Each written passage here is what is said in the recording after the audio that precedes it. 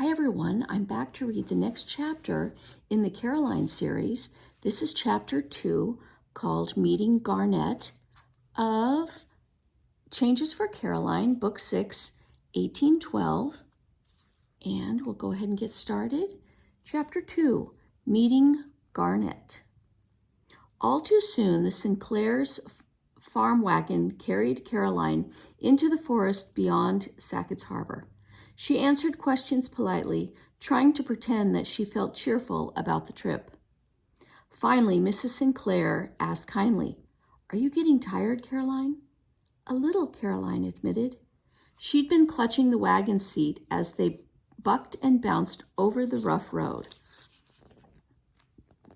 Her hands ached and she felt rattled all the way to her bones. Traveling by water is so much nicer than traveling on land, she thought. Mr. Sinclair gave her an encouraging smile. "We're getting close to your uncle's farm."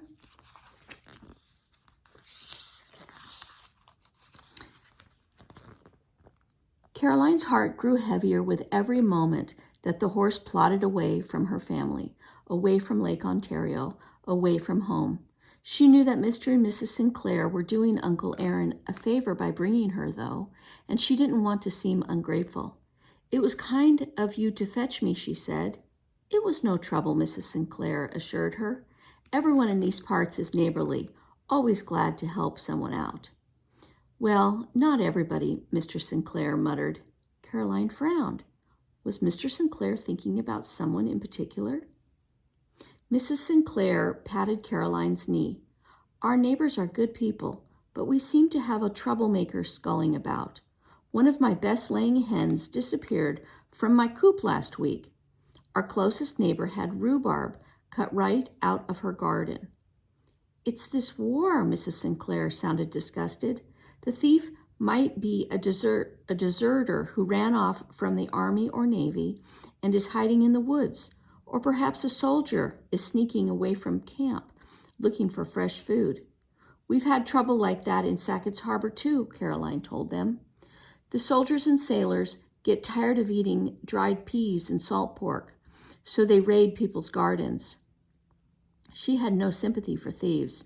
No matter how boring the soldiers' meals were, stealing was wrong. "Let's talk of more pleasant things," Mrs. Sinclair said. "Caroline, Mr. Sinclair and I are having a picnic on Independence Day. You'll be able to meet everyone who lives in these parts." "That sounds nice," Caroline tried to smile, but the news didn't lift her spirits. She wanted to be with her family on Independence Day. She turned her head so that the Sinclairs wouldn't see that she was already homesick. The passing view only reminded Caroline that she was traveling farther and farther from home. Instead of a bustling village, she saw only a few scattered farms in the woods. Instead of smelling Lake Ontario's damp tang, she inhaled the scent of road dust. Instead of feeling a cool breeze blowing in from open water, her skin prickled with sweat. And when the wagon passed little clearings in the forest, Caroline glimpsed people hanging laundry or hoeing weeds or chopping firewood. The settlers seemed isolated from their neighbors. It would be easy for a thief to watch one of these little farms from the woods, she thought, just waiting for the chance to snatch something for his supper. Caroline rubbed her arms, feeling chilled. Had thieves troubled Uncle Aaron and Lydia? "Here we are," Mr. Sinclair said. He turned the horse into a narrow lane that led to a farmyard. "Whoa now, Bess." Finally, Caroline gratefully unclenched her fingers from the seat. Lydia ran from the cabin to meet the wagon. "Caroline," she cried. Caroline scrambled to the ground and hugged her cousin. "I've come to help." "I'm so glad." Lydia stepped back and gestured wildly with one arm. "Welcome to our farm." Caroline looked around. The farm looked, well, ragged. The clearing was stubbed with rocks.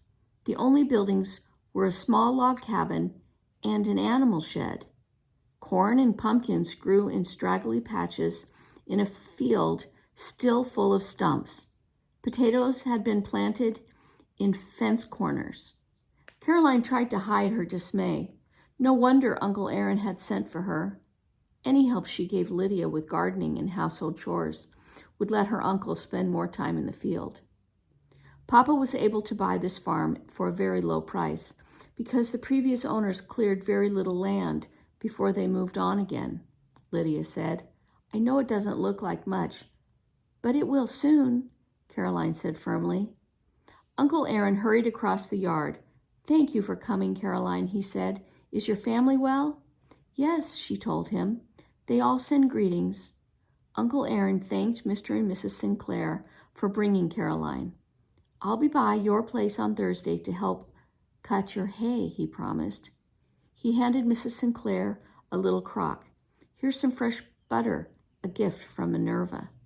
Caroline leaned close to Lydia and to whisper, Who is Minerva?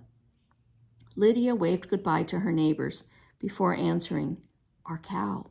Would you like to see her and the calf? I would, Caroline told her. Lydia led the way into the animal shed, where a cow stood in a square stall. Oh my, Caroline gasped. She had sometimes seen whole herds of cows being driven through Sackett's Harbor, but she'd never been so close to a cow before. Here inside this little shed, Minerva looked very big. She was reddish-brown except for her long, curved horns, which were cream-colored. I will have to stay away from those horns, Caroline thought. When the calf appeared from behind Minerva, walking on wobbly legs, the calf was the same color as her mother. She had black eyes and long eyelashes. Caroline felt her heart melt like butter in the sun. Oh, she's sweet, Caroline said. What's her name? She doesn't have one yet, Lydia told her. Papa and I decided to let you name her. Truly? Caroline asked. What an honor. She studied the calf thoughtfully. Do you remember grandmother's garnet ring? The one grandfather gave her when they were courting? The calf is as red as the garnet stone. I'll call her that. I like that, Lydia said. Garnet shall be. Caroline leaned over the stall railing. A little calf had captured her heart. I think you and I are going to be friends, Caroline whispered to the calf. Good friends indeed. That afternoon, Caroline helped Lydia heat water and scrub little pans, buckets, and butter churn. Having a dairy cow is a lot of work, Lydia told her. When we finish washing these things, we'll put them away in the spring house. Where's the spring house? Caroline asked. Lydia handed her 2 milk pans to carry. Come along, I'll show you. The spring house was built into the side of a hill, in the woods behind the cow shed. It was so overgrown with blackberry brambles that Caroline barely saw the door before Lydia opened it. The spring house was dim inside and smelt like damp earth. A shallow stream ran right through one corner, keeping the room cool. This is like a hidden cave, Caroline marveled as her eyes adjusted to the gloom. The springtime house was here when we bought the farm, Lydia said. It's bigger than we need right now. Well, Caroline said, perhaps one day you'll have a whole herd of cows. I like that idea, Lydia grinned. It would keep me busy, though. See those wooden racks? She pointed to one wall. After I milk Minerva, I pour the fresh milk into these pans and put them on the racks to cool. Then the cream rises to the top. I skim it off and save it until I have enough to churn into butter. Doesn't Garnet need all of Minerva's milk? Caroline asked. I'm milking Minerva only once a day, so there's plenty left for Garnet. Lydia explained. Besides, Minerva sometimes pushes Garnet away now. She knows her calf is old enough to start eating on her own. You and I must coax Garnet along, because I really need all of Minerva's milk. I can sell butter at the general store or trade it for other supplies. Caroline nodded. She'd never thought about how precious milk or butter could be. Sometimes I daydream about buying sugar and baking something sweet, Lydia said. We haven't had a bit of sugar since we came here. Then she folded her arms, looking determined. That's no matter, really. What is important is I'm growing enough food this summer to last us through the winter. We're not eating much now, but the dried peas and beans. I'm so hungry for something different. I should have brought food with me, Caroline thought. At home, there were still dried apples and turnips and sweet potatoes in her family's root cellar, and more were available in the market stalls near the harbor. She didn't realize how hard it would be to find food on a new farm in early summer, when harvest time for most crops was still many months away. That evening, the girls made a kettle of bean soup for supper. You can see why we need your help, Uncle Aaron told Caroline as they settled at the table. I need to work in the field, and Lydia can't manage Minerva, the garden, cooking, and the household chores by herself. Caroline, I know you'll be a big help with chores. Will you also take charge of teaching Garnet to eat on her own? I'd like you to get used I'd like her to get used to being led too. I'm happy to, Caroline assured him as she scooped up a spoonful of soup. Other than Inkpot, she'd never had the chance to take care of a baby animal before. We need your help with something else too, Uncle Aaron said with a sigh.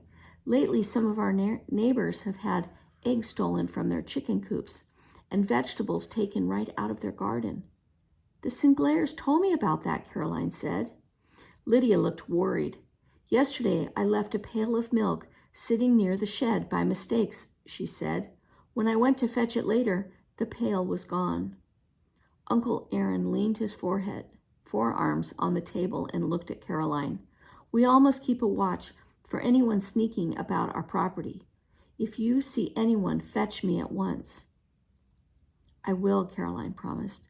She hoped the thief would stay far away from their farm. Uncle Aaron and Lydia were quiet.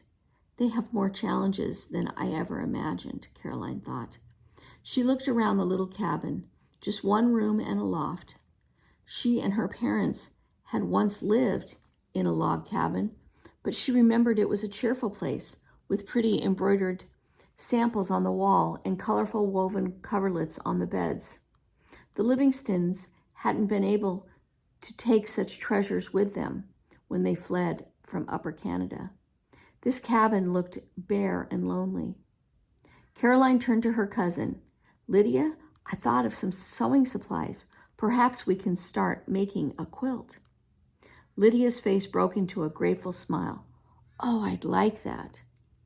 That night, Caroline and Lydia settled down in the loft. Lydia fell asleep quickly, and Caroline soon heard her uncle snoring downstairs. She eased from the bed and tiptoed to the window. Nothing moved in the clearing below. The stumps in the field looked like strange, hunched creatures in the moonlight. She tried to get her bearings so that she could look forward toward Lake Ontario, toward home. I want to help Lydia and Uncle Aaron, she thought, but I wish their farm wasn't so far from Sackett's Harbor. Now, with everything silent and no chores or conversations to fill her hands and her mind, homesickness rushed in. The best thing I can do is keep busy, Caroline reminded herself. That wouldn't be hard, not with dairy chores, gardening, cooking, cleaning, sewing, and especially tending Minerva and Garnet. Caroline nodded, feeling determined. With her help, Garnet would grow strong. The garden would produce lots of potatoes and onions and beans, and the Livingston farm would be a success. Okay, and that is the end of chapter 2, and next time I'll read chapter 3.